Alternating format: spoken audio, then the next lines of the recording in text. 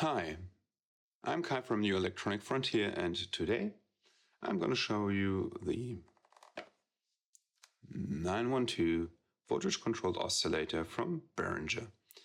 And I'm really happy to have this thing right here now because I have to wait for it a couple of weeks. I know that there's guys out there that got this already, but my unit obviously shipped a bit late because there's so much demand.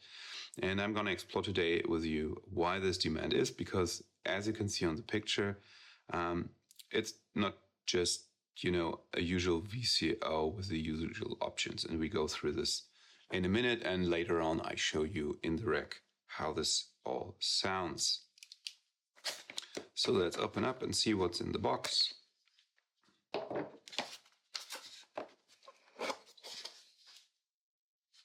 So, as usual, as expected, power cable, rack screws,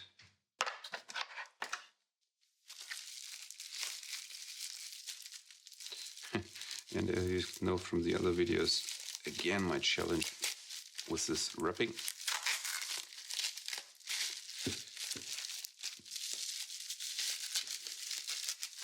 However, as you can see, I get used to it. So it's a bit faster now. So,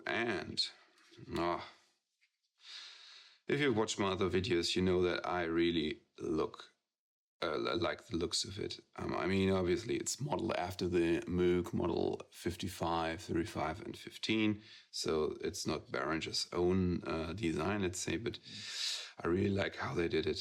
And again, the knobs are really good to turn. They have a nice resistance and a nice size, and I like this. So, build quality again, as with all the modules, really sturdy, really heavy build. So this is a nice built module.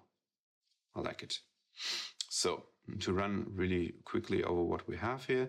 So at least from what I know, because I really unboxed this thing right now, so I didn't play around with it. So obviously you have a frequency control. You can control which range it goes from 1 to 32. That's nice. You have a scale setting here on how this scale will work. So plus minus 6 or plus minus 12. So you can set this guy here. Also, you can set this thing, and this is one of the first differences from a lot of other VCOs, is that you can set this to sub. That means sub audio, which means you can use this thing as an LFO as well in your rack, which is nice. Then you have the rectangular width control, which is sound. So this is a pulse width control, basically, because you have a pulse wave coming out of it, so you can control it. What's the unusual thing here is that you have two control ins.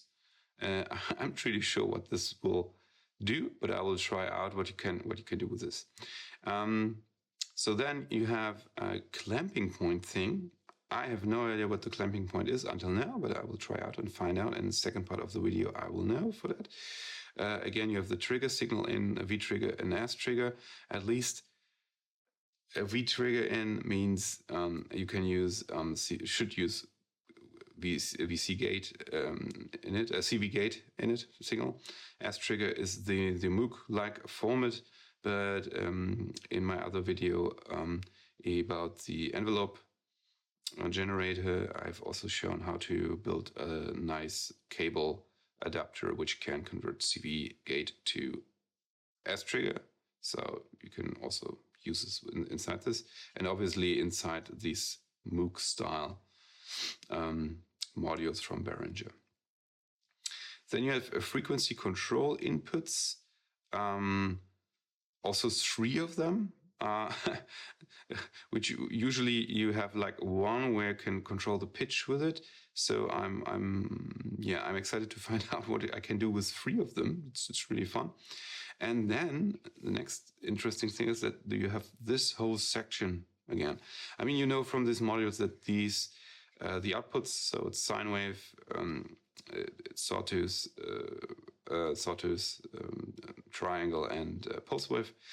that you can like plug in all 4 of them and get all waves simultaneously with a pitch and, you know, mix something out of it. What is interesting here is that you have a whole section for second wave format, right? So this second waveform you can choose here differently from, and you have, in addition to the 4 you have on the bottom, you have the sawtooth with different ramp, so ramp up and ramp down, and you have a shorter pulse wave. I guess that with a pulse wave you can probably not control the pulse wave width, but you have also 2 different, and you can set the level here. So will be interesting to play around with it. So let's get this bad boy in the rack and see what we can do with it. Now we have this guy in the rack. For the setup, the VCO goes into a mixer, and the mixer gets the signal to a splitter, which then goes onto the scope, so you can see how the waveforms are, and the other one goes directly into the DAW. No effects or whatever applied, so it's just the pure sound of the VCO here. So let's start, put it in, and we start with the standard sine wave. So you can hear sine wave, triangle, sawtooth, and pulse. So let's stick with the sine wave for a moment just to explain the upper section. So as you can see here now, so in the upper section you have the frequency. You can switch between the scale in plus minus 12 semitones, right? So you can see here, you can tune down and up 6 semitones, nice one. And you can also, for a more brutal setting, you can switch it to 6 octaves, which is then a bit faster, right? Okay, so you can have a lot of fun with this alone, I guess. So let's stick with the semitones for now. Then you also have the range for sure. And you can hear really low sounds.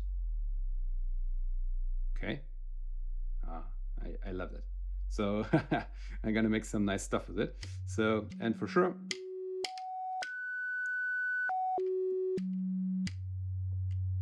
okay, so huge range here, which is pretty nice. A lot of VCOs I know do not have that much range available. And one thing to mention is that you can switch this VCO also to be used as a LFO. So take a look at the scope.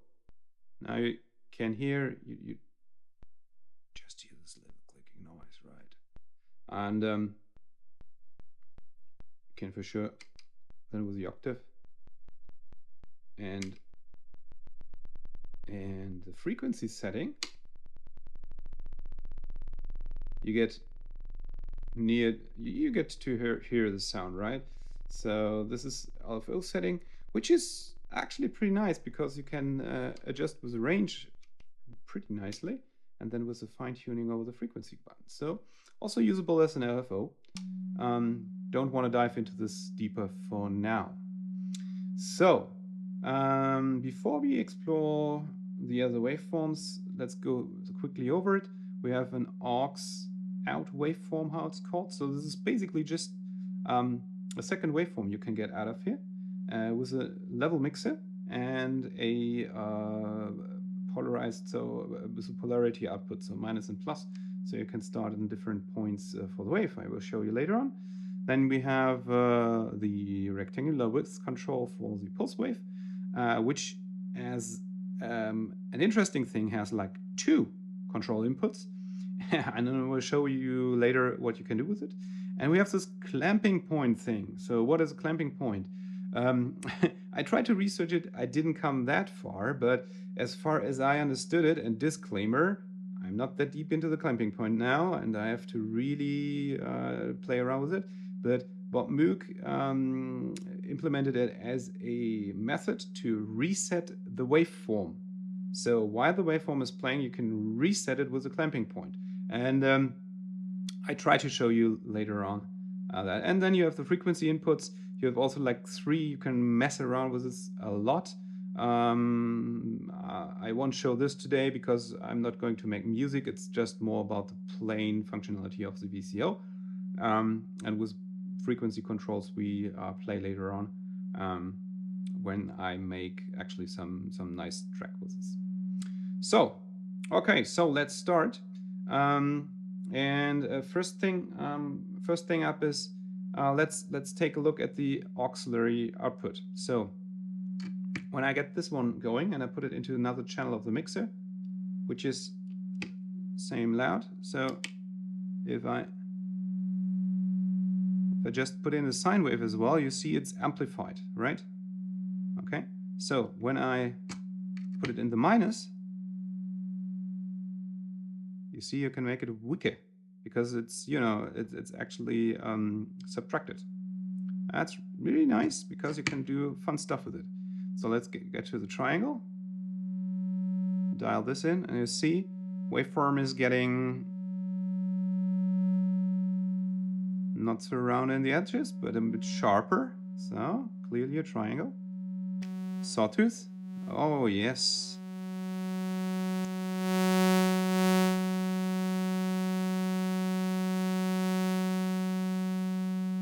And you can see how great you can actually manipulate the main waveform. So sawtooth was ramped down.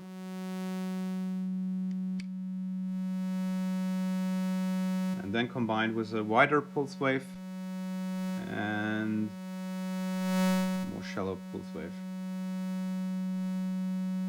So as you can see, along with this auxiliary output and the level you can mix this signal by, and for sure you can then go in and, for example, take this sawtooth and subtract it here and make something like this.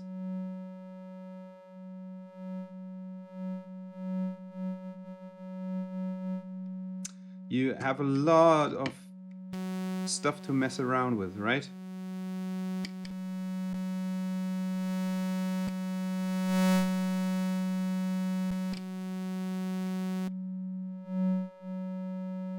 So it's a pretty nice playground actually to fatten up the sound of the main oscillator. I really like this, so because you can make really nice fat sounds and layering this a little bit with just this one oscillator.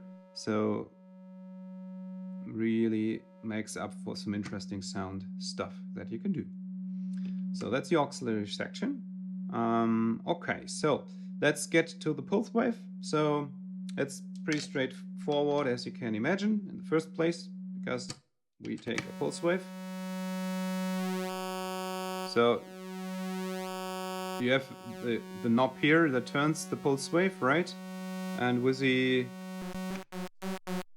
control of an external oscillator,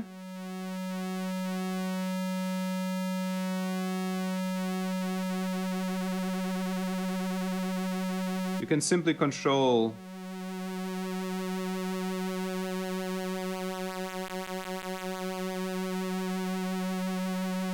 the range and the width of the pulse, right? So that's pretty normal stuff. But now let's make fun of it and get a second oscillator into the game and see.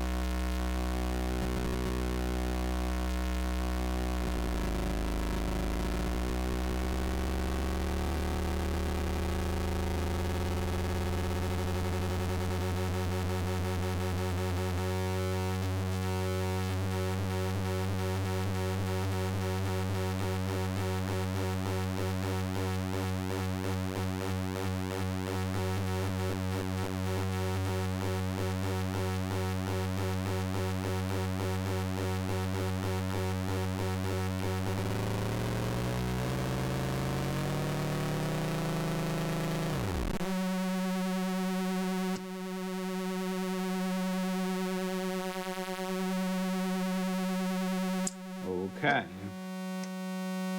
So, as you can hear, there's a lot of stuff going on, and it's actually really fun to have this going, because you can, with the second input, you can actually influence the first input, and you can build up very, very complex sounds here, right? So that's an interesting thing. So these two inputs for the pulse wave control absolutely makes sense for me. I really like it. I mean, I have seen this on other oscillators as well, but here it works particularly well in my feeling. Let's say it like this. So let's get to the clamping point. I will use a sawtooth for that. And again, I'm using an LFO here. An LFO with a pulse wave. And I use the weak trigger and the yes trigger. You probably have seen one of the other videos with my envelope generator test. There is a hint how you can actually create an S trigger cable for a couple of Eurocents for yourself. I can use the V trigger because, fortunately enough, they put a V trigger in here. So the V trigger means it's standard CV gate format of Eurorack. So let's dive into this and see what the clamping point can actually do. So for the clamping point, the thing I found out is you need to have a low frequency signal to see it. And let's see if I can make it visible here.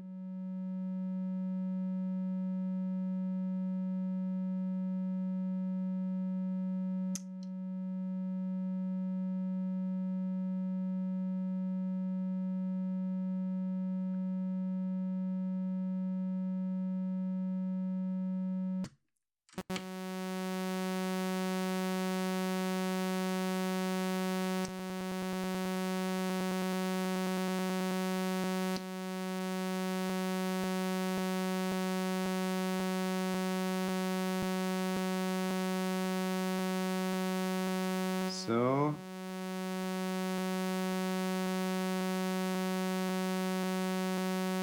you can hear it a bit.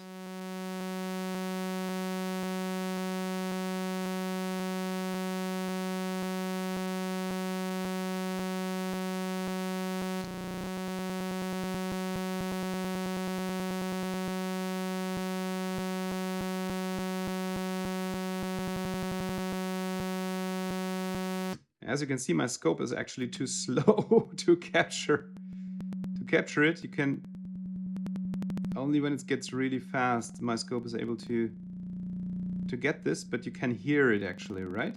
So there's every time the LFO kicks in, there's a little click which resets the waveform.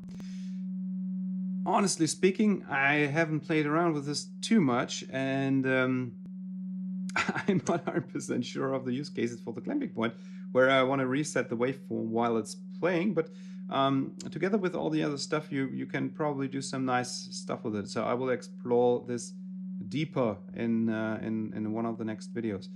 So actually, that was it with this oscillator, because I mean it's an oscillator. It's pretty straightforward. So my question always at the end of the review is, does it stay in the rack or not? It's one question. So this one stays for sure. Simply because I like the sound, I like the versatility, and I like the looks. That's I said, I mean, my personal thing here. If I would have to choose one oscillator for my rack only, right? So hard choice.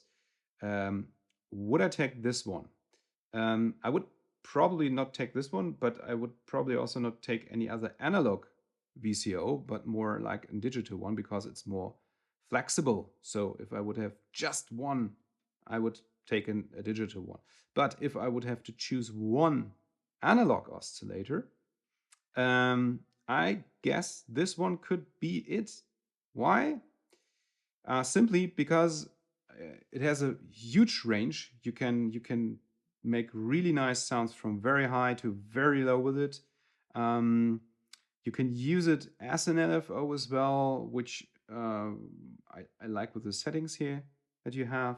You can play around with pulse width control pretty well. I mean, you can do this with other modules as well. But what I totally like is the Aux Out waveform. So you have like this second underlying waveform, which you can mix in with, you know, negative and positive polarity as well. So you can really fatten up the sound with just this one unit. You can play around with the frequency inputs as well a lot. You have the 4 basic waveforms you need. And the clamping point thing for sure will have some nice cases where I can use it. I'm pretty sure of that. Not sure what they will be, but I will find them hopefully. So one VCO that's analog. I guess this one is it. So if you are looking for a VCO, you should definitely take a look at it. Simply also the price point is very attractive. It's around $100. And for that, I am not certain that you can get another VCO that has this flexibility, this nice sound, because after all, I mean, flexibility is something, but the sound is like everything, and I like the sound. It's fat, it's nice, it's flexible. So if you look for some of those modules, I mean, for VCO, look for the Behringer 921. And again, I'm not sponsored by Behringer or whatever. This is my only stuff. I buy this from my own money, and I just show this because I think it's worth to be shown to other folks who are interested. So that was Kai from New Electronic Frontier. Thank you very much for watching this video. I hope you liked it. I hope it helps you. If you did, just like the channel, subscribe to the channel, leave a comment, and get in touch in the discussion. Thank you very much, and bye-bye.